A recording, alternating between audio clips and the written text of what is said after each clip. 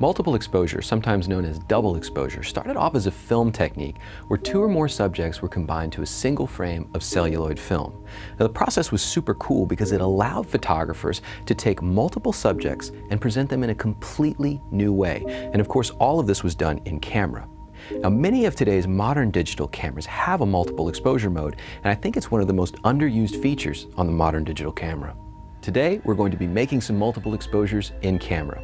Now, the feature works a little bit differently from system to system, so we sent some B&Hers out into the field to make some multiple exposures to see what kind of different results we'd get.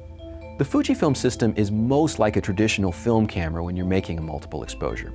It allows you to make two images in succession and combine them together into a single frame. You start by making your first image, and then you have to choose a second subject.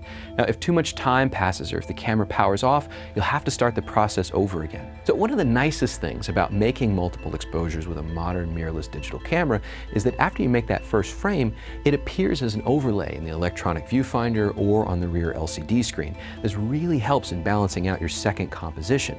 After you make that second frame, the images are combined together, all in camera, a wonderful multiple exposure.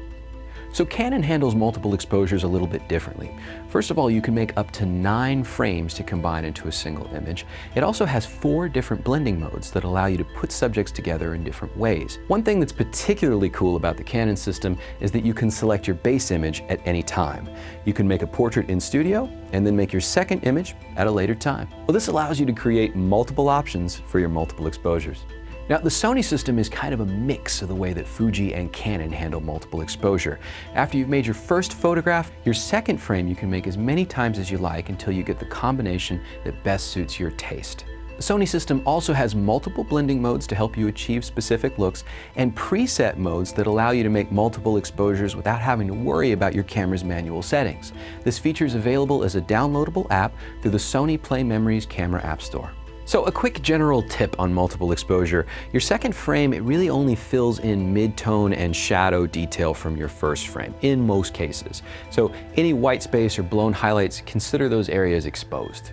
Multiple exposure is a technique that can unlock your spontaneity and creativity. You can combine elements of earth and sky, create mirror images or flip a perspective, combine text with a portrait, show progressions of time, or combine a subject with a meaningful texture. There's no limit to the types of photographs that you can make. So get out there, make some pictures. Let us know how it goes in the comments below. For more on multiple exposures, all things photography, visit B&H. I'm photographer David Flores. See you next time.